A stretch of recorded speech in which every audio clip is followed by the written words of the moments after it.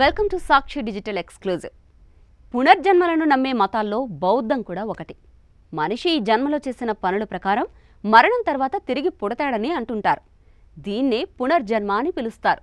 ఈ పునర్జన్మల్లో కొన్ని ప్రత్యేకమైన జన్మలుంటాయి. వాటిని బౌద్ధులు తుల్కు జన్మ అంటారు.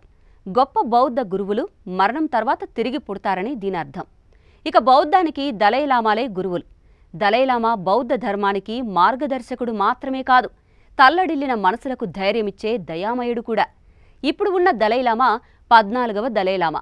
జూలై 6న 90వ పుట్టినరోజు జరుపుకోనున్న దలైలామా తన వారసుని ప్రకటించనున్నారట. ఇంతకీ దలైలామా ఎంపిక ఎలా జరుగుతుంది? దలైలామా మరణించిన తర్వాత ఆయన తిరిగి ఎక్కడ పుట్టారో తెలుసుకోవడం చిన్న పనేం కాదు.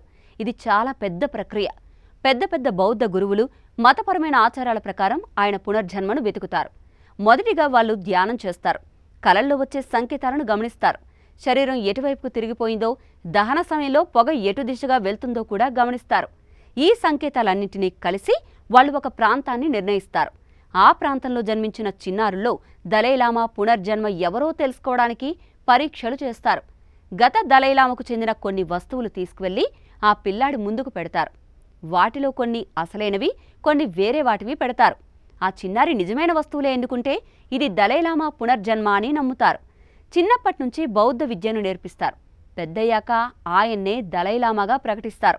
ఇప్పుడున్న 14వ దలైలామా కూడా అచ్చంగా ఇలాగే ఎంపికయ్యారు. ఆయన చిన్నప్పుడే ఒక పెద్ద బౌద్ధ గురువు కలలో ఒక ఊరును, ఒక ఇంటిని చూశారు. అదే ఊరికి వెళ్లి చిన్నారి లామో ధోండూప్ని చూశారు. ఆ పిల్లాడు గత దలైలామాకు చెందిన వస్తువులను చూసినప్పుడు ఇది నాది అన్నాడు. అదే అతని నిజమైన పునర్జన్మ అని పెద్దలు నమ్మారు. అప్పట్నుంచి ఆయనకు బౌద్ధ విద్య ఇచ్చారు. 5 సంవత్సరాల వయసులోనే ఆయనను అధికారికంగా దలైలామాగా ప్రకటించారు. ఆయన అసలు పేరు టెంజిన్ గ్యాట్సో. ఇక దలైలామా అనే పదానికి అర్థం సముద్రం లాంటి జ్ఞానం కలవాడు. ఈ పేరు మోంగోలియా రాజు 1578లో ఇచ్చారు. అప్పట్నుంచి ఈ బిరుదు అందరికీ వరుసగా వచ్చింది.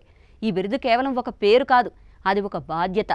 పునర్జన్మగా పుట్టినవారు మానవుల కోసం తమ జీవితాన్ని అంకితం చేస్తారు.